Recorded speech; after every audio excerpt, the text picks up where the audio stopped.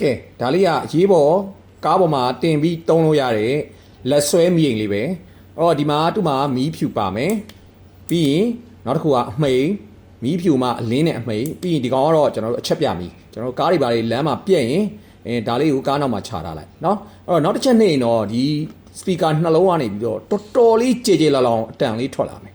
เนาะအော်ဒါတွေကတော့အပေါ်ကတော့ဒါ R twin box type C နဲ့ R twin ရမယ်ဒီကတော့ power bank function အော်ထူးခြားချက်ပြောမယ်အနောက်မှာ polycrystalline solar အမျိုးအစားနဲ့ထဲမှာထည့်ထားတဲ့တခဲကိုအားပြန်တွင်းလို့ရမယ်အဲ့တော့တခဲအမျိုးအစားကဘာအမျိုးအစားလဲလို့မေးရင်ဒီမှာတခဲထည့်တာအဲ့တော့တခဲကအရှင်မှာ18653.7 lithium တခဲအမျိုးအစားကိုသုံးတယ်အဲ့တော့တခဲပြက်မှာတို့တခဲမကောင်းမှာတို့ပူစရာမလိုဘူးကျွန်တော်တို့ဒီမှာတခဲကိုဖြုတ်ပြီးအလွယ်တကူလဲလို့ရမယ်အဲ့တော့ power bank function လေးလည်းပါမယ်နောက်တစ်ခုကဒီမီးအိမ်ကိုကျွန်တော်တို့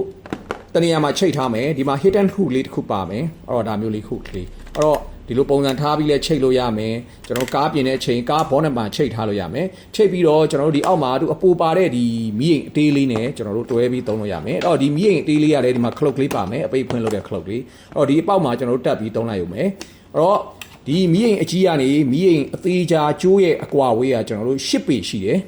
လုံလောက်တော့ကိုကျွန်တော်တို့အသုံးပြုလို့ရတဲ့ကျိုးအကွာဝေးပါအော်ဒါမျိုးလေးလင်းမယ်တော်တော်လေးလင်းနေနော်ဒါလေးရတယ်